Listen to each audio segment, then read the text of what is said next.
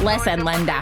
Listen, Linda. Linda, listen. Linda, no. No, listen. No, you listen, Linda. I've only told a few people this story, but there is one particular title company that I will no longer work with because of how they treated several of my Middle Eastern clients. She completely ghosted me. And I was like, me, my mom, my dad are sitting at the closing table. What? She didn't die, did she? No, but I have had one day. I said, we got problems, and I don't know what they are, but we got 99 problems, and a bitch ain't one. A bitch is one, actually. A bitch is one. Is a walk-through room with a door on each side still considered a bedroom? Yes, no, yes, no, wait, yes, no, yes, no.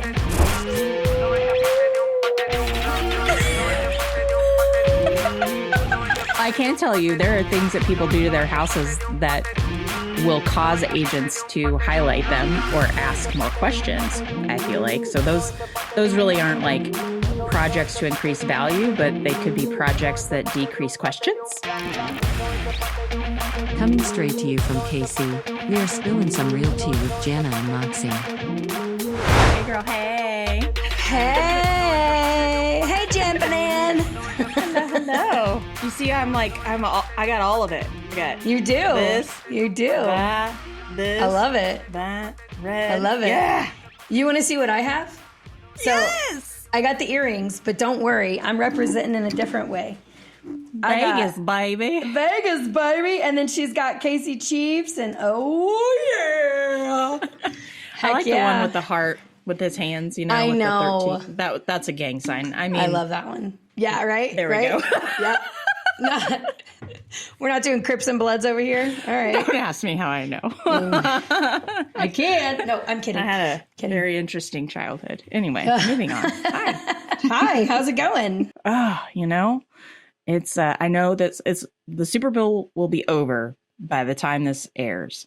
It but will. I just have to say how fucking excited I am. Yeah. I'm like, can't wait. Yeah. You're going to Vegas. So Yes, I am. tell me about that. We are not going to the game. So I don't blame you. Listen, let me be honest with you, okay? I think you should tell us why. When we went to Miami and we won in Miami, Chiefs were not a hated team at that point, right? It was our first Super Bowl in a really long time. And so we were not hated at that point, but those 49er fans at that game were a bunch of jerks. They were horrible. I'm talking some of the meanest fans that I've been to. Now, I didn't go to Baltimore. I heard the Baltimore fans were kind of worse. Oh my gosh, my friend said like 6 people got beat up on the way out in like different groups. And they basically, he said it was the worst experience he's ever had. Hell no. Yeah. The Eagles fans last year, they were just annoying. And then the Tampa fans, they didn't know what to do. Plus it was COVID.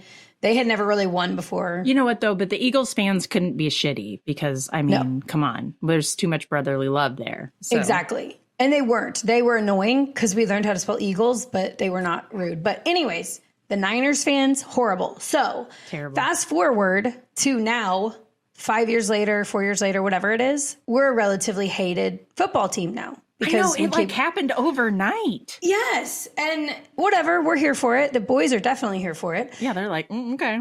But the other day when they were doing like the greets or whatever they call it, the Niners fans would not stop booing while Patrick, like incessant booing, while Patrick and Travis were talking. And let me tell you, Patrick was riled up. His nose was flared. And then Travis gets on and he's like, I like the boos more than the cheers. You guys make me want to play football now. And I was like, dang. So bring it, Kelsey. Bring it. Exactly. Yes. So when I saw that, I really was even more relieved that we weren't already planning on going to the game, because I had told Kenny, I was like, I don't want to deal with those Niners fans. Yeah. We're in their backyard. We're close. There are going to be so many of them. I don't want to deal with the Niners fans. So then when I saw that, I was like, okay, we made the right choice. We on a shadow of a doubt. So we're going to have fun with our friends. And after this airs, we'll already know whether we're winners or losers. But, you know. We're always winners. Always winners in my mind. We're always winners.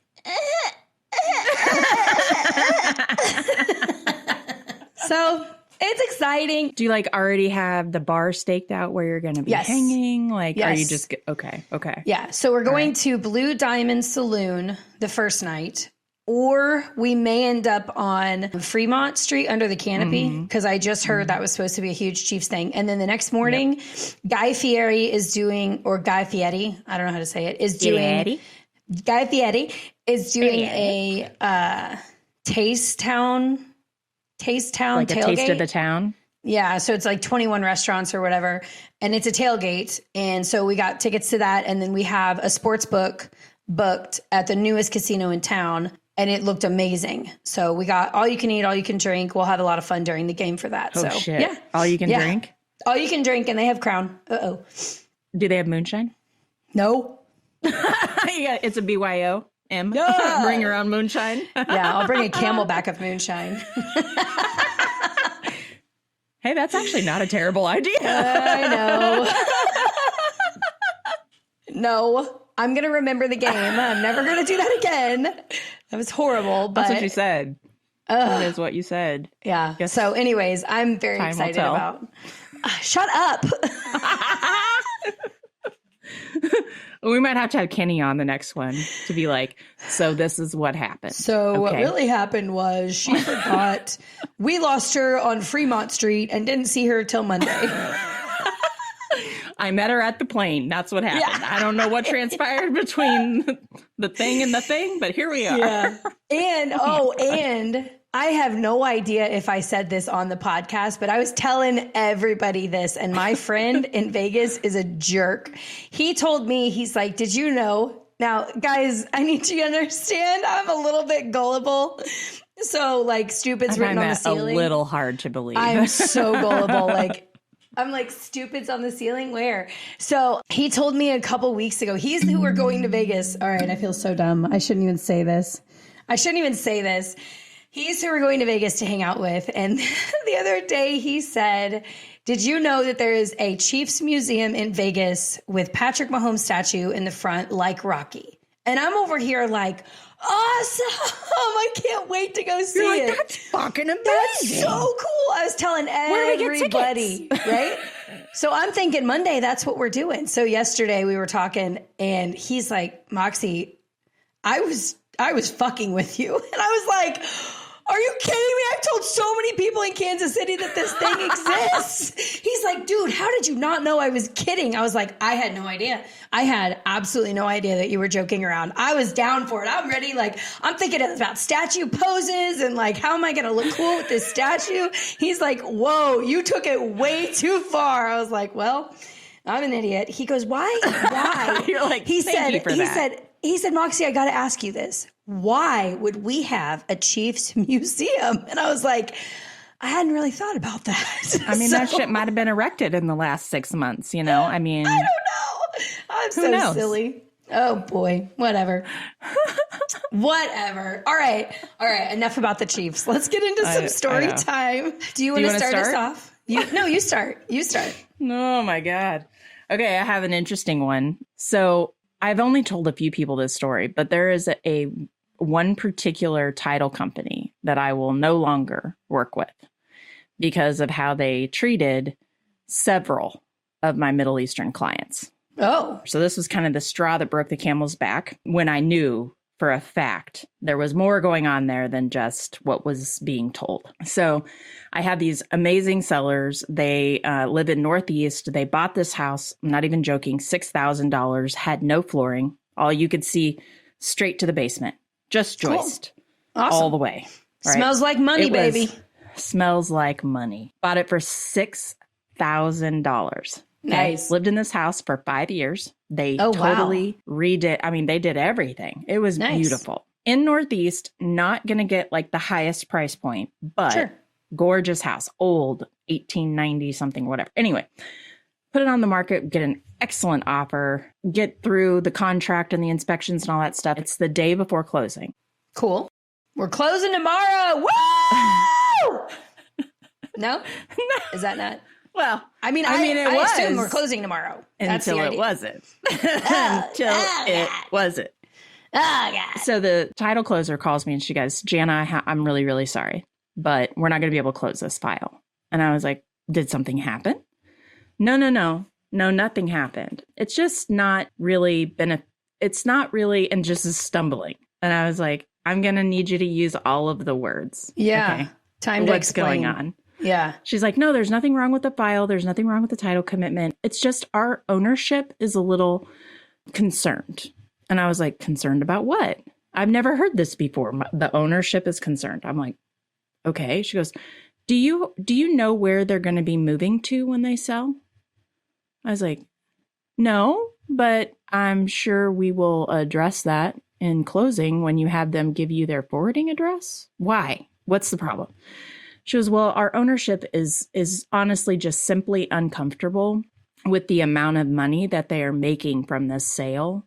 Whoa. And where that money might be going. Whoa. And I was like, I'm total moron. I was like, what? What do you mean where it might be going? It's going into a U.S. bank account. What are you talking about? What do you mean where it might be going? Well, they're just, uncomfortable. With what? Like, now I'm getting mad. I'm like, still pissed. not completely understanding what they could possibly become uncomfortable for. Right. I'm like, Right. Oh, what's the problem? Well, there's just the ownership's uncomfortable. So we're not going to be able to close this file for you. I'm so sorry. And I was This like, doesn't make sense. okay. And I was like, name. Let me just make sure I understand. You're telling me the day before closing, when we've known both parties for 37 days. Oh, Okay. It's a 37 days under contract. And you're telling me the day before closing that your ownership is uncomfortable with closing my Middle Eastern clients. I just want to make sure I heard that right. whoa. And she was You like, think it was that? yes. And she goes, okay. Jana, she's like, I can't, this is me and you talking. And I'm like, oh, okay, what? Should you She's and I like, be talking? Is this really the I was best like, idea? we're not that close. Okay. Like, this is where but I'm like, tell me what's going on. She's like, they're Middle Eastern, they're Muslim.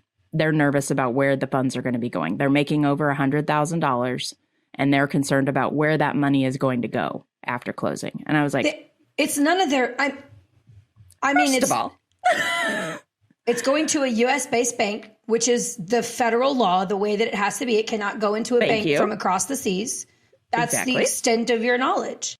Also, once the deed has transferred, it's none of your fucking business what they do with their money. Also, 100%. Are you seriously stating that you think they're going to fund terrorism?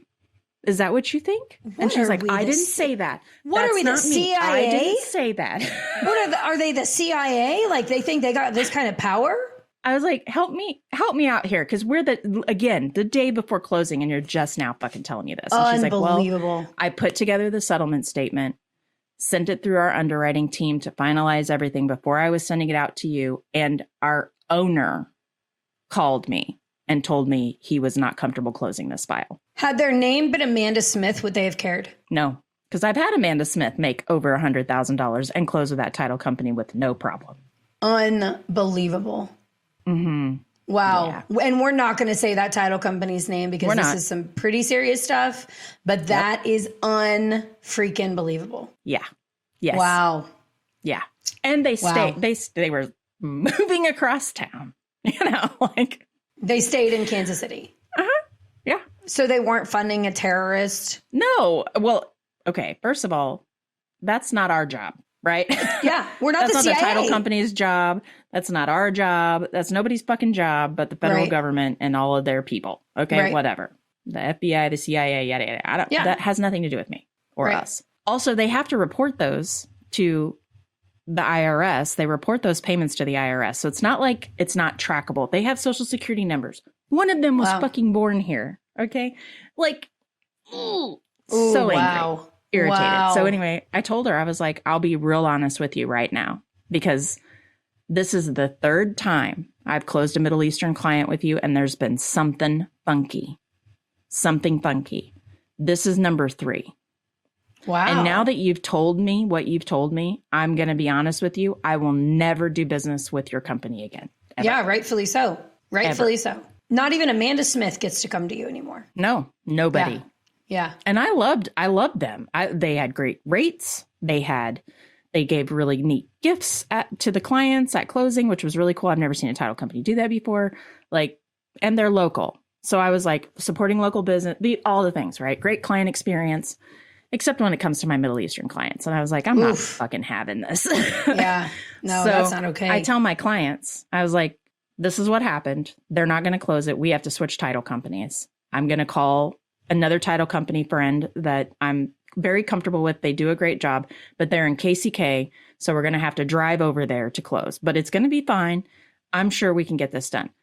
The new title company closed them 2 days later, reissued title commitment, got everything done, even with the lender on the buyer side, the whole 9 yards. It's impressive. I was like, all my business forever. Thank you. Yeah, for real. For real. I mean, anytime I have that, luxury of being able to make a recommendation, but seriously. And to this day, she's not an unsuccessful escrow closer. They're not an unsuccessful company, but they're not going to get any of my business anymore. Yeah, that's a shame. Oh, I was going to mention. So I did tell my clients, I was like, here's what I was told. I'm relaying exactly what I was told to the best of my recollection. This is what they're saying is why they won't close. You have a case. I would highly recommend you speak with an attorney. And they're like, no, we don't want to cause trouble, blah, blah, blah. It looks like we're going to be able to close anyway. So it's fine. Believe it or not, that's not the first time we've had stuff like that happen. And I was like, It's a first for me and I'm not fucking having it. So I'm uncomfortable with this. So I will be making a complaint, but you don't have to if you don't want to. And I don't even know if they did. We've talked a lot, but I have never gone back to it because it was just, I did. Good for you. I mean, hopefully that changed some things, but you never know. Also, it's the first Wednesday of the month and it's 11:01. It is. And I'm hearing it. So all around the Kansas City metro area, y'all, on the first Wednesday of the month at precisely 11 a.m., the tornado sirens go off as a test. It scares the shit out of everybody. This is what you think it looks like. Because it does spin around. I know, because they got to make sure everybody hears it. Everybody hears it. So the stupid bullhorn is spinning around. It's not stupid. It saves lives, people. It saves lives. It's actually more like this.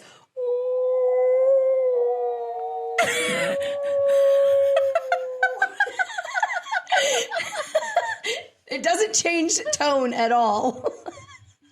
Hear it. I can hear it in your background. It's just a constant one note. So this is one of the things this is so silly.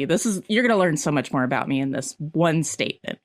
Whenever I'm looking personally to buy a house, I actually want to know how far away I am from the siren. Oh, wow. I want to be relatively close. Oh, you know what? I've lived here for almost 7 years. I've never heard the siren. Ever. Really? Oh, no, girl. And we don't have a basement. We're living on the edge. Yeah. Well, and you're in the part of town where you really kind of want to have a little bit of sirens, okay? Like, don't worry. All our neighbors have basements. Wait, no, they don't. Oh my God, you need to get one of those shelters built in. They're super creepy, but man, oh man. You put it in your I would live floor. down there. I would live down there. Jana, you underestimate how much I hate storms. Like, I am the biggest baby in the existence of the world when it comes to storms. It's How do you not already have this then? How do you not already have? Because it costs a bunch of money and I'm cheap. It does. It's not cheap. Yeah, it's not cheap. Yeah. And honestly, there's only been like 2 times where clouds were forming that I was like, that's a tornado. That's and it didn't end up completely forming, which was good, but it was spinning. And I was like, when you see that spout start to form, and it's like, it's doing its thing, you're like, no. Yeah. Because what am I doing? Jumping in a bathroom that's on the outside of the wall? Like, I don't know. I'm just going to die, I guess. I don't know. Oh my God. I don't know. Wow. Yeah, and I wouldn't buy a slab either for that reason. I know. I'm also I like storing things. That's different than being a hoarder. I like to store. If you could see my house, trust me, I need a basement. There isn't a question. Because we have a grand total of 4 closets and that's it. That is it. So one of the bedrooms is a full-on closet, isn't it? I wish that it was. We've actually done a pretty good job. My office is probably my worst, but it's also because we have all of our Chiefs gear in here. And so we have the 2 Chiefs totes with all of our clothes, all of our winter stuff. So it's all in here, but it's a mess. And anybody want to organize for me? I would pay you money. I don't like organizing. Zan can. Is that real? Is that a thing? Yeah. Yes. Zan can. I cannot say her. Anyway, Zan can personal concierge. She does sign placements, pop-by drop-offs, pop-by put together. She'll do all that stuff. Well, she's not driving to my house. That's for sure. She'll pack people. Oh, no, dude, she does some. That's cool. Good to know. Yeah. Good to know. Anyway, there you go. Okay. My story Plug time. an You old ready? Zan can. You ready for my story time? Yes. Bring it. Are you Bring sure? it, sister. Are you Bring sure? it, sister. Okay. So my parents and my brother do estate sales for a living. And occasionally they run across a person that wants to just be done with the whole shebang, right? So we want you to buy the contents. We want you to buy the house. And we don't care what you do with it. Here's the price we want. We want to walk away. So they oftentimes do that, twice a year maybe. So not very much. It's not like a part of their business they buy plan. Yeah. So we had this, probably one of our first deals that we were going to do like this. It was a really cool house on Warnell and State Line. So it's like where Warnell kind of meets State Line in that weird precipice by, you know how Warnell kind of goes everywhere, and I don't know. Yes. Anyways, Bad it's Plaza. like Ward Parkway and State Line and Warnell and Bannister Mall. It's like, or Bannister Road. It's like that little, whatever. All right. So anyways, I'm going to move past that one. So the seller was a little cuckoo, like she was a cuckoo bird for sure. Cuckoo but for Cocoa Puffs. yeah, and the house wasn't perfect. It needed a lot of work. It had some termite stuff, and the pool was horrible. So they were going to have to fill that in and stuff. But my dad has great vision when it comes to stuff like that. So they were going to buy the house. Everything was done. Earnest money in, contract signed, day of closing. I didn't say day before closing, Jana. I did not say day before closing. Day of. I said day of closing. We go to the closing table. We're sitting at the closing table. We're signing documents. I had been texting the seller all morning. Hey, what time are you going to be at title? Ghost. Hey, we're at title. Ghost. Hey, we just signed docs at title. Ghost. Hey, are you going to be at your title appointment? Ghost. She completely ghosted me. And I was like, so we're sitting there. Me, my mom, my dad are sitting at the closing table. Kelly shooting. What? And I'm like, guys, She didn't die, did she? no, but I have had one die. I said, we got problems, and I don't know what they are, but we got 99 problems, and And a bitch ain't one. a bitch is one. Actually, a bitch is one. Yeah. So, I got 99 problems and a bitch is one. hit me. So we're sitting there, and I finally, we leave. Actually, we leave. Because she's not responding. Kelly has to move on. My parents have to move on. We leave. And we're like, and the money is there. My dad had already transferred all of the funds to title as well. So luckily, it's safeguarded at title. As he should, right? But yeah. So the seller texts me, I don't know, 7 hours later. So way past time to even be able to close on After this the house. close of business. Yeah, close the business. It's over. It's done. And she says, not signing. That's all she says. And then I get a call from a number I don't know. And he said, hello, my name is, insert random person's name. I just want you to know you're not closing on this house today because I'm buying this house because I had a contract with this woman. Because she tried to close on this house, today I went and put a Liz pendants on this property. So you are not purchasing this property today. And I was like, oh, well, that escalated quickly. I said, so Mr. Sir person thing, can you tell me what happened? He said, I've had a contract with her for X amount of times for X amount of dollars. It was before our contract, like without a doubt. No. Yes. For the same price, but it was before our contract. He said, she went cuckoo on me. I couldn't get her to sign the documents. I couldn't find her. I couldn't get her to do anything. And now I'm hearing she texted me this morning and said someone else was buying the house. He said, so I immediately got up and went and filed a Liz pendants on it. So we basically completely lost. She never texted me or called me or anything again after, what did she say? Not signing. That was it. Or not closing, whatever it was that she said. I can't remember what I said, but anyways. Holy shit. She never, ever, ever she never said anything to me again. That guy kept me in the loop for like a year afterwards. It took him 7 months in court to get her to sign documents.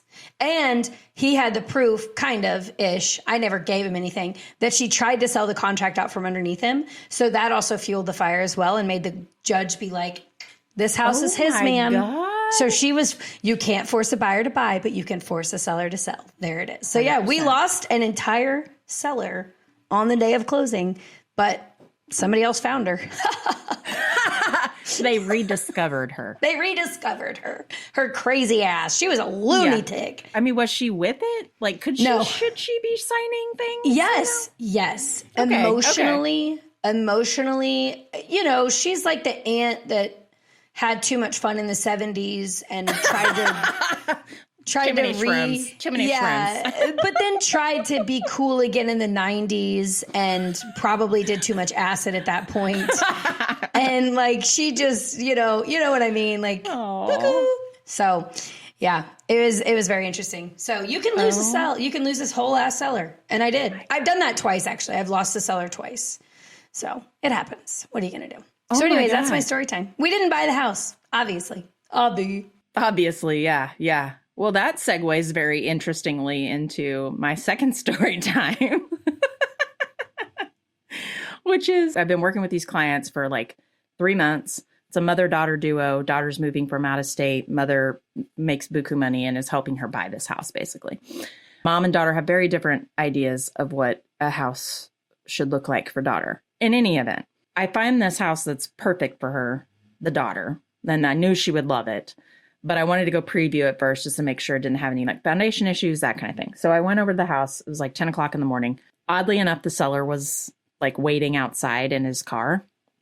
And he opened the door and came up to me, which is always awkward. People don't come up to real estate agents opening doors. It scares the shit out of us. Right. I'm just saying.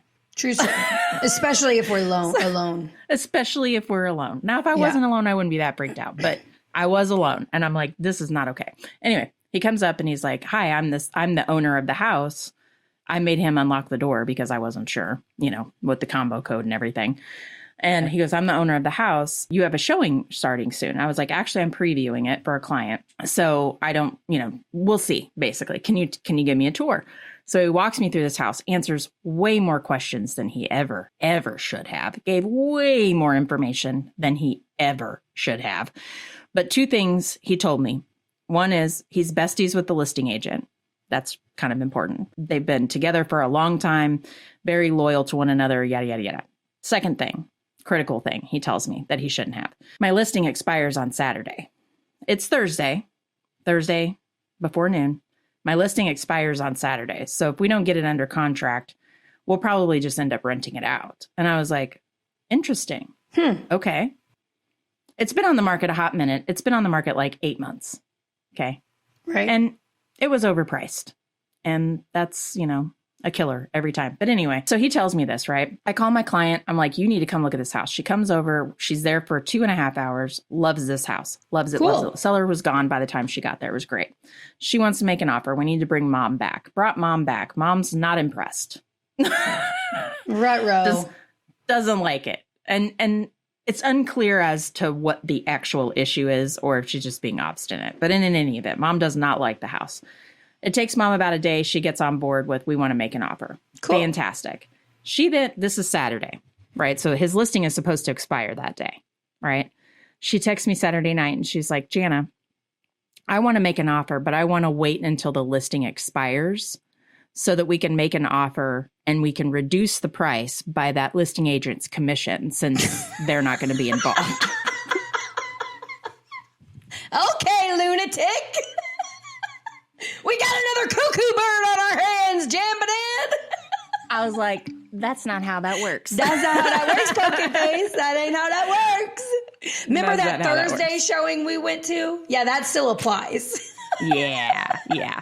And so she's like, I want to make an offer, but I want to reduce it by the listing agent's commission. I want you to wait till tomorrow and I want you to send it directly to the seller. And I'm like, A, I don't have the seller's contact information. B, I showed the house on Thursday twice.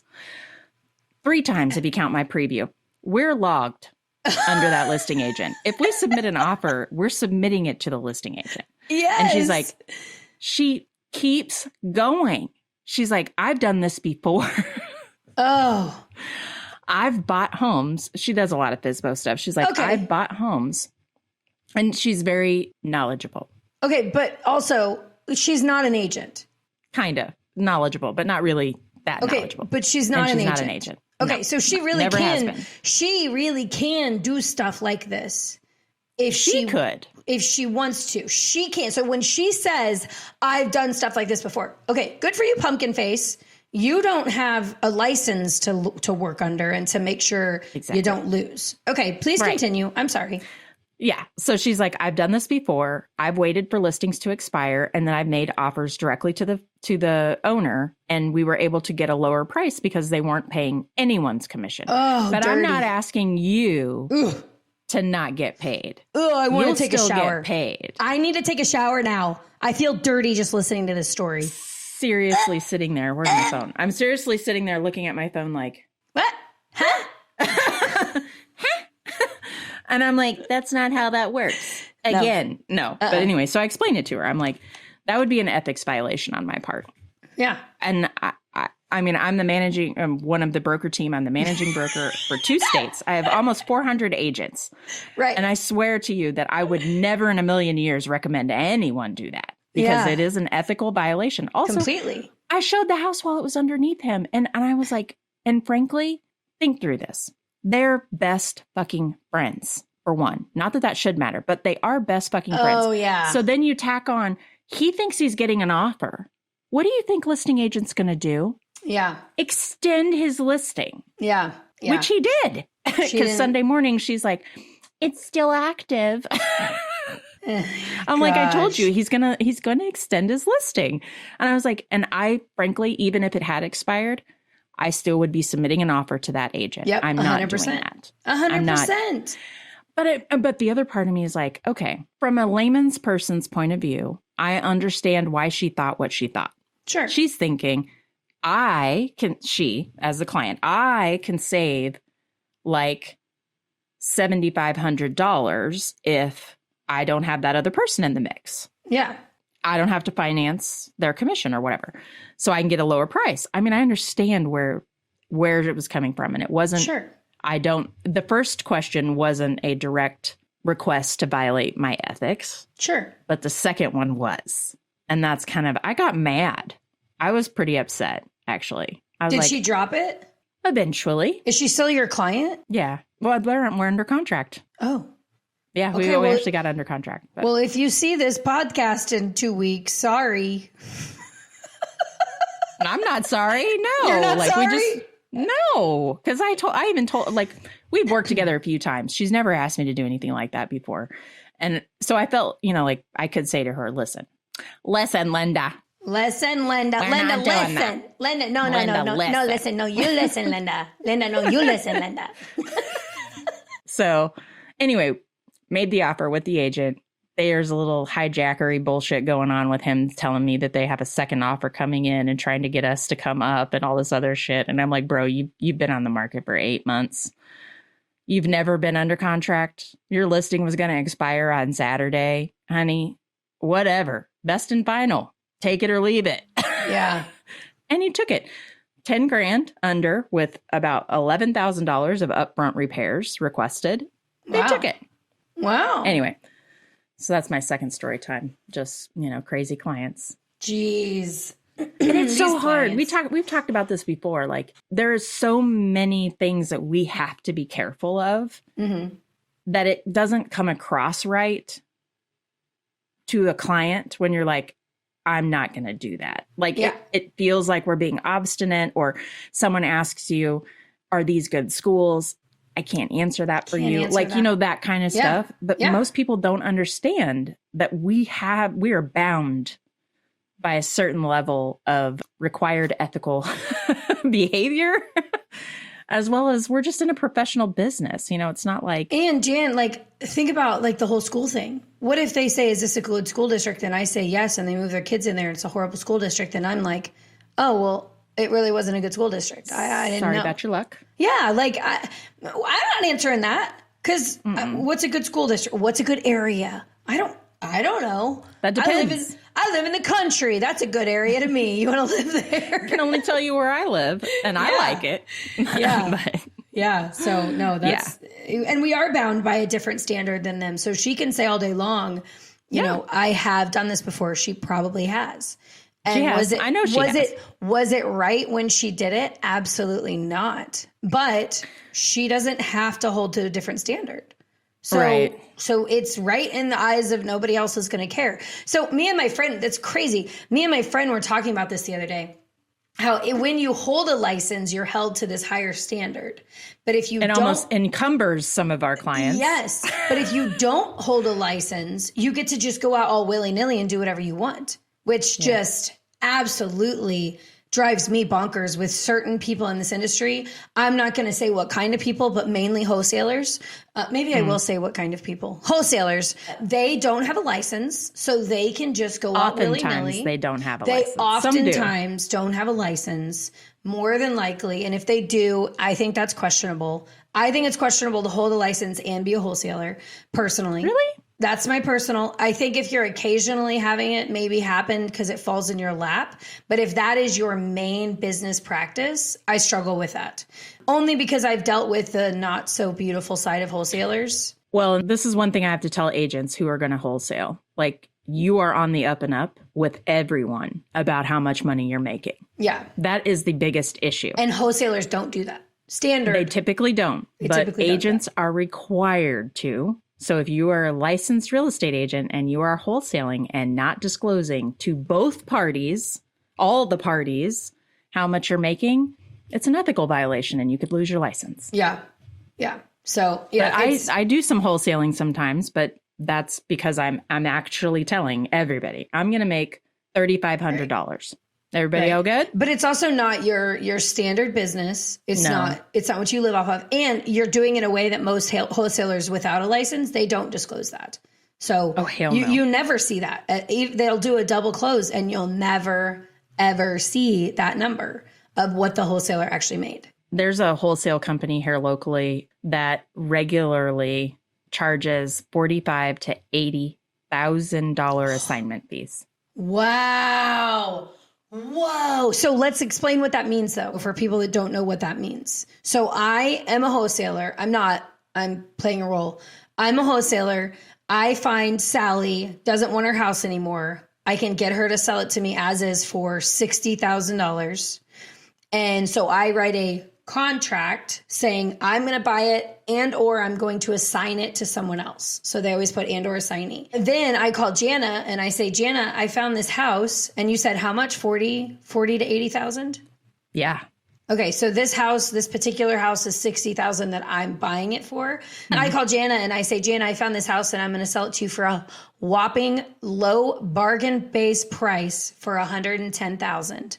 And the comps are showing 300. Aren't I a gem?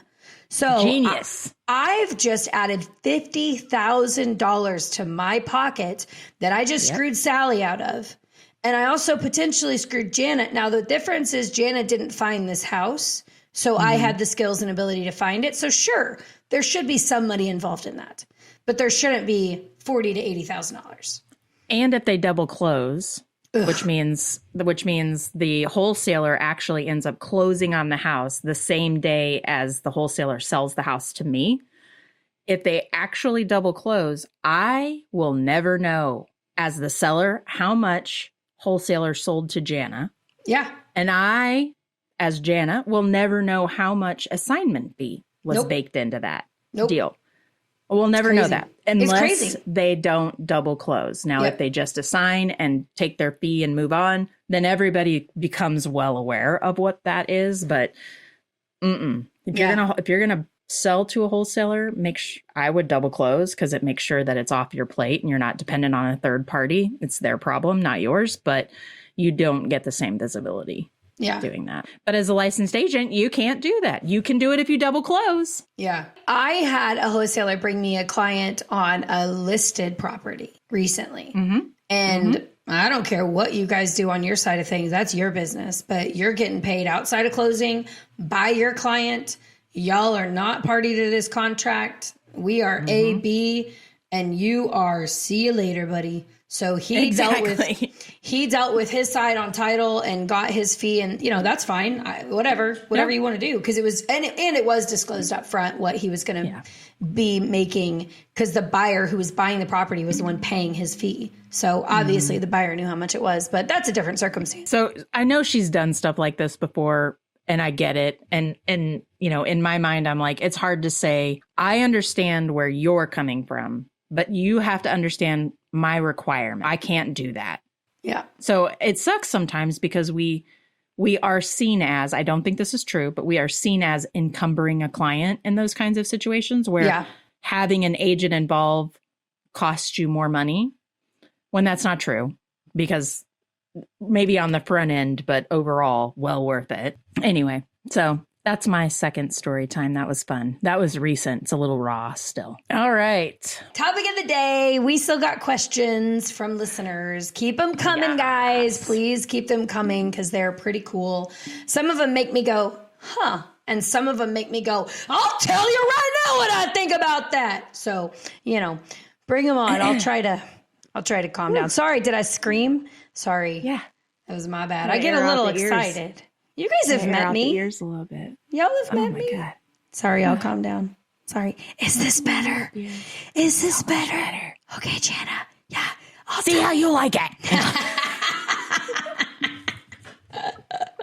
All right. Jesus. Okay. Topic of the day. Listener questions. I'm going to pose the first one to you. Do it. Oh, no. Don't do that. No, don't do that. No. We're going to pose the first question to you. Oh, my. Your dog. Did he fart or growl? He's growling. I think someone's messing with him. I don't know. All right, fine. You pose the first question to me. Okay, first question is, what are the requirements to make a bedroom on the main floor and in a basement? And what's necessary? Well, maybe you have a different opinion on this, but there's no difference between a main floor and a basement bedroom. They both require the same things. Okay. They require a closet. It can be a bureau or buffet or external closet, like an IKEA PAX system. Cool. And you have to have an egress, so a window, essentially. In a basement, that window has to be 3 feet, no more than 3 feet off of the floor. And it has to be large enough that a fireman with all of their gear on can climb into the window and get through it.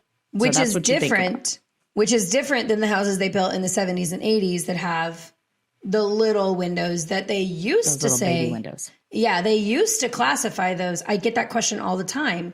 But no, that's like let the air in so the fire can get worse sort of situation, not to come in and save me freaking place. It's an oxygen chute for the fire that's going to occur. Exactly. So yeah, that's always a question I get, is that little window, because they used to be called windows. That's really what they were. And now they're just annoyances, I guess. Well, and for code compliance on a new construction property, it also has to have a window well in it with a ladder to get out. So those are the requirements. Is there something different that, is different between a main floor and a basement, Moxie? No. Okay. I didn't think so. Just making sure. Sometimes you never know if these questions are coming from other agents that are hoping to trip you up. Oh, like the phone call I got yesterday that I'm pretty sure was a bait call? Like that? Got it.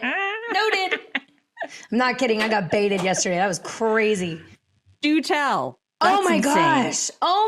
So I'm on the phone. I'm getting my hair done. So I'm with my friend Jen, and she's listening, and she actually took real estate classes like to get her license. So she's kind of listening, and I'm like, I kind of put the phone down. I said, this is a bait call. So I felt like the questions that this person was asking me was almost in direct correlation with the DOJ, I don't know, issue. The recent stuff. Yeah, recent lawsuits, cases. Right? So things like, who pays the buyer's agent? And I was like, which most people don't normally ask, but Don't normally ask. that really wasn't the part that tipped you off, though. Right. And listen, it's been a minute ago, and I called you right after. So, like, what do you remember me saying? They were asking weird questions like, So weird. oh, shit. Now I'm drawing a blank. I'm like, but they were weird questions. I just remember thinking that it was so strange that they would ask such a specific question. Yes. They had unbelievably specific questions for a client who's claiming that they didn't really know what they were talking about. Right. And that's the thing that I was just like, this feels very baity. This feels very like I have to answer the correct questions. They were asking you about neighborhoods. They were asking you about crime. There was a bunch of yeah, it was a lot of specific stuff. Very specific stuff. Yeah. And then representation too. So she asked, one of her first things right out the gate, just red alert. Right. And that, I don't know, it was just a crazy phone call. And I really felt like, because the way she was asking the questions were so intellectually placed. And there probably wasn't a delay in the, you know what I mean? Like, oh, that's interesting. Well, what about this? It was like, here are 10 questions I'm asking you in succession. Yeah. All right. So do we want to move on? I'm asking this one. Okay. I'm asking you this one. But I don't actually know this one. Answer. I don't either. I actually think I do know the answer. It is still there. Okay, ask away. All right.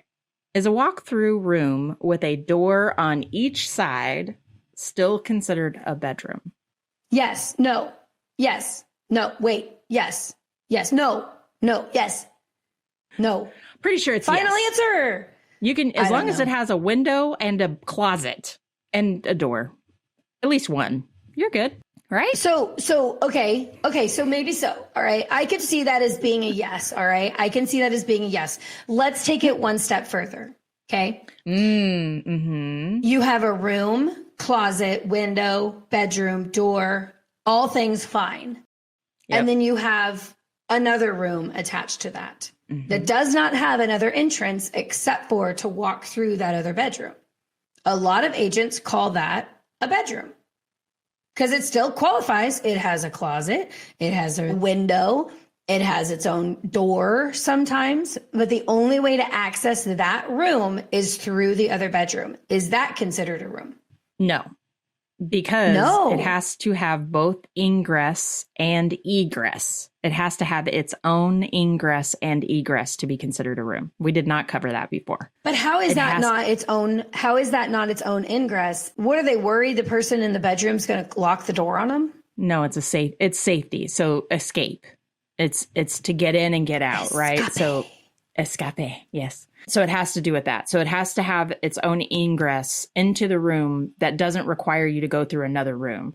So think about I don't know why I always go back to this. I'm always thinking about fires and firemen. I don't know why, but a fireman coming into the first room and not seeing anything may move on because that other room looks like a closet or an office, which I have, I have this set up actually in my master. It's like we have a sitting room basically, but it's a whole other room that my office is in.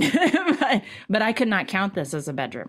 I never thought about it as the fireman walking into the normal bedroom and saying that door's closed. It's probably a closet. I don't know if they search those. I would assume that they also do. I would assume eventually they would, yeah. Yeah, but what if they don't? And I don't know. I didn't think about that. So what do we do about the agents running around calling those bedrooms? Well, they're going to get fucked on appraisal is what's going to happen. Oh, yeah, that's true. So when I'm comping and I have a property, like I have a buyer who's interested in a property like this, and they're saying, oh, it's 5 bedroom, 3 bath, when it's really 4 bedrooms, 2 full baths, and 1 half bath. Yeah, yeah. So I'll go pull comps for 4 2 1s, 4 bedrooms, 2 baths, 1 half bath, but I won't pull 5 3s. There's no point. Right. And so our offer is based on those comps, essentially. And, that usually causes a little bit of consternation at the outset. But then when we get the appraisal back and it's like 4 bedroom, 3 full baths, 1 half bath. Yeah. We're fine. So, yeah, we did the right thing. Well, that's crazy that you said all that because that's actually one of the questions. We'll skip 3 and we'll go straight to 4. What's the difference between a half a 3/4, and a full bath. Yes. Do you want me to answer that or you want to answer it? Let me do it. Half is just a toilet, just a pooper and a hand washer. 3/4 is just a pooper, a hand washer, and a stand-up shower. And a full is a pooper, a hand washer, and either a stand-up shower and a bath or a shower tub combo. Yeah. Has to have a tub to be considered a full bath. Except... Go for it. Go for it. No, you go for it. No, you. You have to. Ugh, milking cows. Oh my God. Do it. Wait. Do it. There you go. Yeah, because that looks totally freaking normal. Absolutely normal. 100%. Okay, you go. You go for the 3/4. No, I want to hear what you were going to say. I forgot where we were. Half. 3/4. Right. So the half is just the toilet and the sink. And then you've got the toilet and the sink. hand wash. Yeah. God, I can't say all that. Toilet, sink, shower. Shower of any kind. Yeah. Period. I mean, that's a sketchy question. I hate that because sometimes the shower is in the basement and you're like, what? They actually showered here? But they still call it a bath. Yeah. Drives me nuts. Yeah. So the 3/4 has no tub. But the funny thing about it is that no one in today's day and age, we all consider what is technically a 3/4 to be a full bath because today we don't use tubs as much, I guess. I don't know. Yeah. It's very strange. Yeah. That's what I was going to say, because if that's the case, then my master bathroom is considered a 3/4. But in reality, it's got a $10,000 renovation done with a really nice shower. Like it's a full bath. It's a full bath. Yeah. We're not going to call that a 3/4. Plus, you can't call it a 3/4. There's no 3/4 option on MLS. In searching, there is, which is interesting. If you do 1.1 instead of and then you can, I think, do 1.2, which is, but there's no criteria set 1.2 will set it up so that you have to have 2 half baths. So that point is, but nobody records a 3/4 bath as a half. Nobody records a 3/4 bath at all. So yeah. No, denied. Weird. No 3/4. Good question. Really good question. Because I have older people all the time say, well, I have a 3-bedroom, 2.5 bath with 1/4. And I'm like, that's, or 1/3. I'm like, that's not, we don't language that anymore. It's just considered a full bath. So great question. Yeah. That's an excellent question. Yep. Yeah. All right. Next question. What are some easy projects I can do to increase the value of my home? Paint? I don't know. Paint. Yep. I don't know that any project, when you talk about home renovation, is going to be easy per se. Right. Easy with YouTube, maybe. But yeah, paint. I mean, paint's the easiest thing. Trim, putting up wainscoting or new base trim, light fixtures. Actually, light fixtures is probably a really easy one. Yeah. It surprises me what people will pay. I've done rehab houses where we don't upgrade the light fixtures really. Like we still have the old, wooden looking fans and stuff, whatever. The traditional look or boob lights, those kinds of things. And just swapping out the light fixtures changes the feeling of the room dramatically. And you can get a lot more money out of a house with just a light fixture change. Yeah. I think light fixtures are that's a really good one, actually, Jane. I think that one probably is potentially the cheapest, easiest, and the easiest to do. You don't have to tear down anything to do that. Usually it's just call an electrician or get your husband up on a ladder, or you do it if you're, that ain't me, girl, that ain't me. But some people are. Yeah. I'll do it. I like to do that stuff. Mm-hmm. That's man's work right there. Mm-hmm. I said that. Mm-hmm. Yes, I said that. That happened. Yes. Oh my God. No. Listen, I like traditional roles. I can't help it. I like traditional roles. We are not going to go down that road today.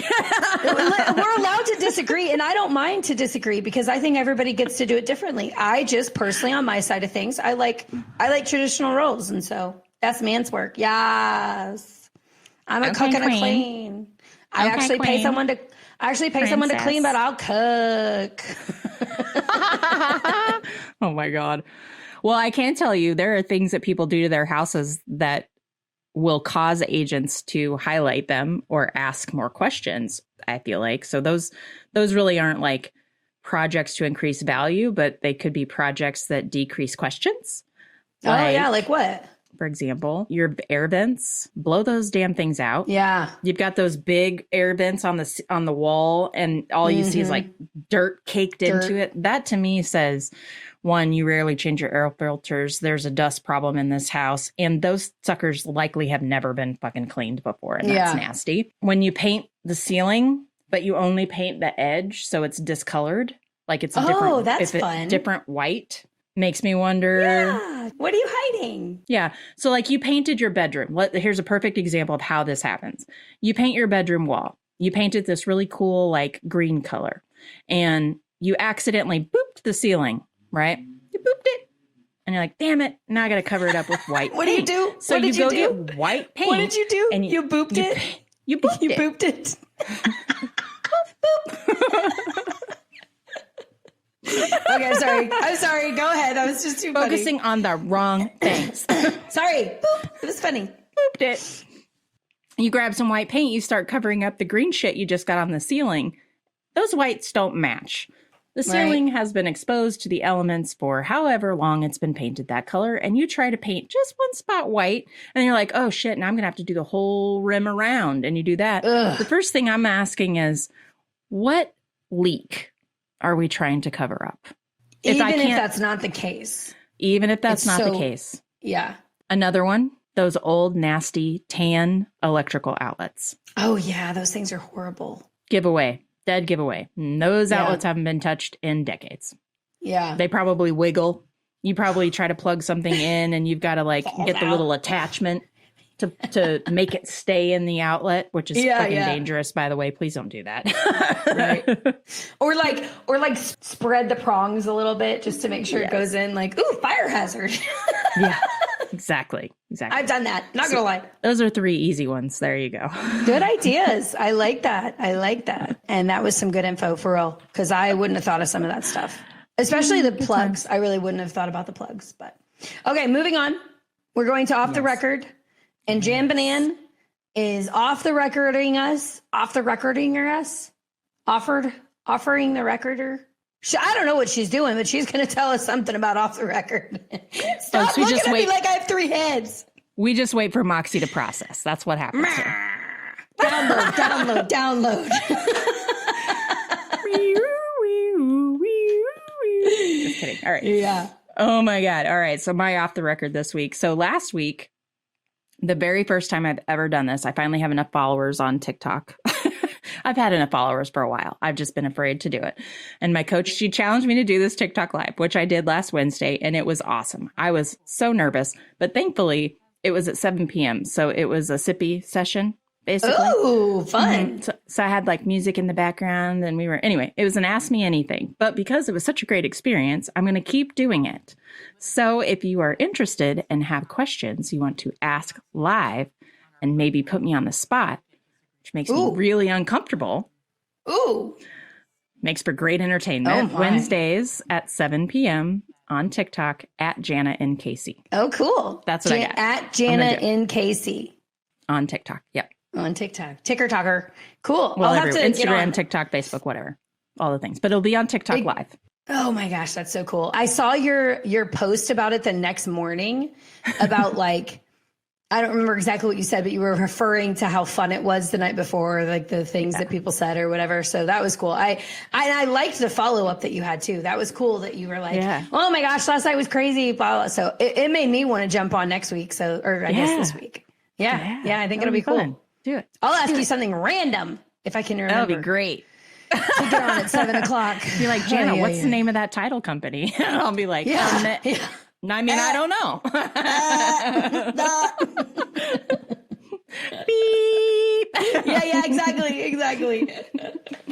I'll mouth it while saying beep. There you go. All right. Yeah. What about you? What about your off the record? You had some interesting adjustments in your team lately. I did, yeah. So 3 new agents joined the team and Real Broker. It's a lot of people to bring on all at once. It is. It's fine. We're fine. It's fine. Everything's fine.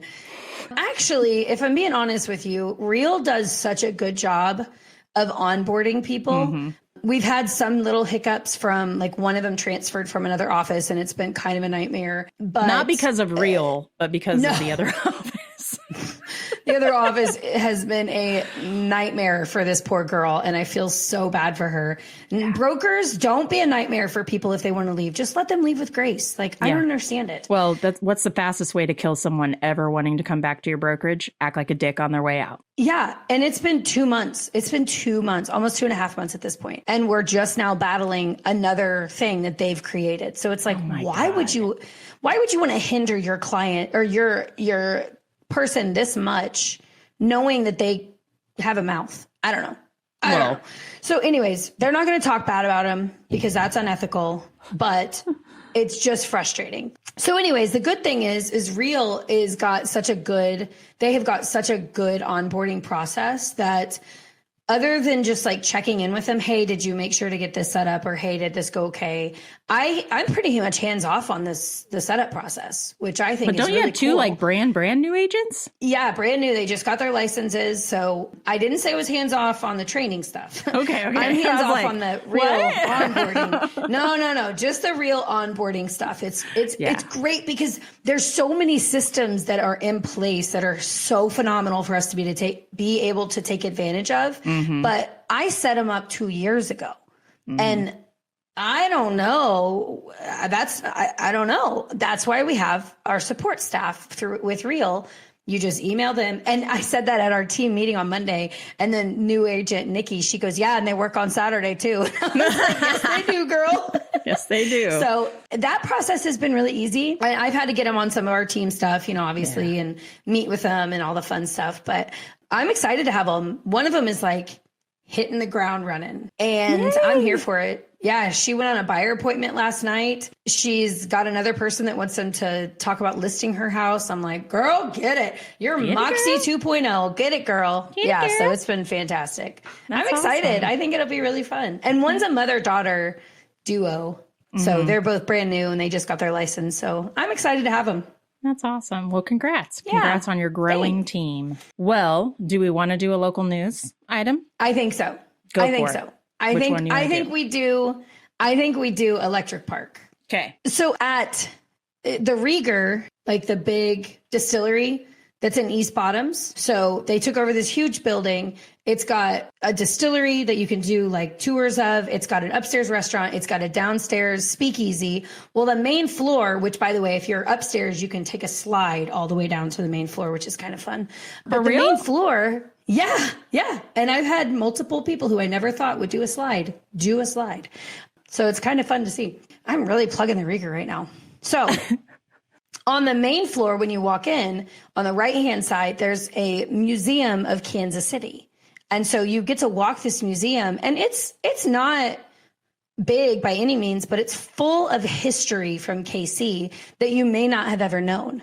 So one thing that I never knew is that Kansas City was one of the first amusement parks. It was built by the Hine brothers in 1899. The second was a larger one. It was built and opened to the public in 1907 and remained in operation until 1925.